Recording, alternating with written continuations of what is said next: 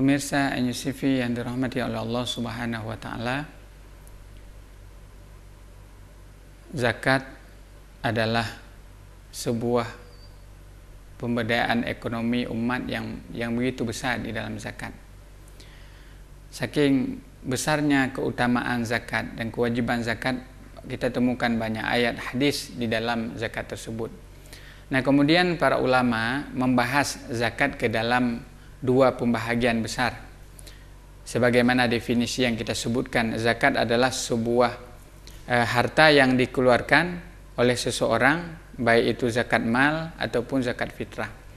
Zakat mal sendiri terbagi 5. Ya, kita lihat dalam literatur fikih, zakat mal terbagi 5. Ada zakat asman ataupun naqdan, yaitu emas dan perak dengan hitungannya 94 gram ataupun sekitar 20 miskal. Kalau dalam itu 20 miskal dikeluarkan 2,5%. Kemudian ada zakat urud tijarah, harta perniagaan, zakatnya 2,5%. Ada pula zakat thimar wazuru, yaitu buah-buahan dan tumbuh-tumbuhan.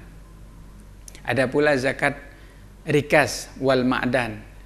Rikaz barang tambang dan juga rikas barang temuan, dan juga ada ma'dan barang tambang. Kemudian ada juga zakat fitrah. Zakat fitrah adalah zakat yang kita keluarkan ketika menjelang hari raya Idul Fitri. Di zakat mal ini yang pembagiannya 5 tersebut dengan aturannya termasuk nanti ada zakat mawashi, hewan ternak dari unta, kerbau, lembu, kambing. Ketika unta 5 ekor unta, 1 ekor kambing, 40 ekor kambing, 1 ekor kambing, 30 ekor lembu, 1 ekor tabi, lembu yang usia 1 tahun masuk 2 tahun. Itu terdapat dalam karya para ulama dalam kajian fikih, dijelaskan secara terperinci. Pemirsa NUCV yang dirahmati oleh Allah Subhanahu wa taala. Jadi zakat tersebut ada orang yang layak menerimanya. Nah, orang yang layak menerima zakat disebutkan dalam surah At-Taubah ayat 120 yang berbunyi, innamas sadaqatu lil fuqara, sesungguhnya sedekah ataupun zakat, karena makna sedekah di sini adalah zakat untuk siapa? Lil fuqara, bagi para fakir, wal masakin, orang miskin, wal amilina 'alaiha, amil, wal muallafati qulubuhum, muallaf, wa fi riqab, budak yang ingin merdeka, maksudnya ingin menjadi orang yang merdeka, wal gharimina, orang yang dikendarai utang, wa fi sabilillah, dan orang yang berada di jalan Allah, fi sabilillah, wa bani sabil, dan seorang yang sedang musafir. Jadi ada 8 semuanya snaf orang-orang yang mustahik zakat. Dalam istilahnya, orang yang layak menerima zakat disebut dengan mustahik. Adapun orang yang memberikan zakat disebut dengan muzaki.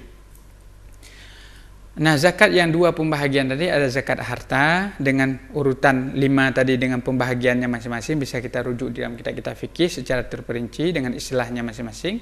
Ada pula zakat fitrah. Nah, zakat fitrah ini kita berikan menjelang Idul Fitri. Rasulullah SAW sebagaimana disebutkan oleh Ibnu Umar dalam sebuah hadis, farada Rasulullah SAW zakat al-fitri sa'an min tamarin. Rasulullah mewajibkan zakat fitrah 1 sa' daripada tamar, buah kurma, wa sa'an min syairin, dan 1 sa' daripada gandum. Jadi 1 sa' itu 4 mud. Mud ini begini. Ya, kalau orang Arab bilang mud begini. Bukan begini, begini mud. Jadi 4 mud ini sama dengan 1 sa', atau sekarang dalam kajian mazhab Syafi'i 2,7 kg beras. Sa'an min syairin wa 1 sa' kurma, 1 sa' gandum. Untuk siapa kewajibannya? Al-abdi, hamba sahaya. Wal hurri, orang yang merdeka. Wal zakari, laki-laki. Wal untha, perempuan. Wal saghiri, anak-anak. Wal kabiri, orang tua. Wa amara biha, dan Rasulullah memerintahkan untuk mengeluarkan zakat tersebut, zakat fitrah, qabla khurujin nas ila shalah, sebelum umat Islam atau sebelum hamba Allah melaksanakan salat Idul Fitri. Maka salat ibadah Idul Fitri tersebut menjadi batas bagi seorang yang mengeluarkan zakat fitrah. Seseorang yang mengakhirkan itu sama saja dengan sedekah. Tapi seorang memberikan zakat fitrah sebelum orang melaksanakan salat Idul Fitri. Sehingga zakat fitrah ini ada 3 syaratnya. Yang pertama Islam, kemudian adanya kelebihan makanan, wujudu fadlin, jadi adanya kelebihan makanan untuk orang tersebut, untuk keluarganya.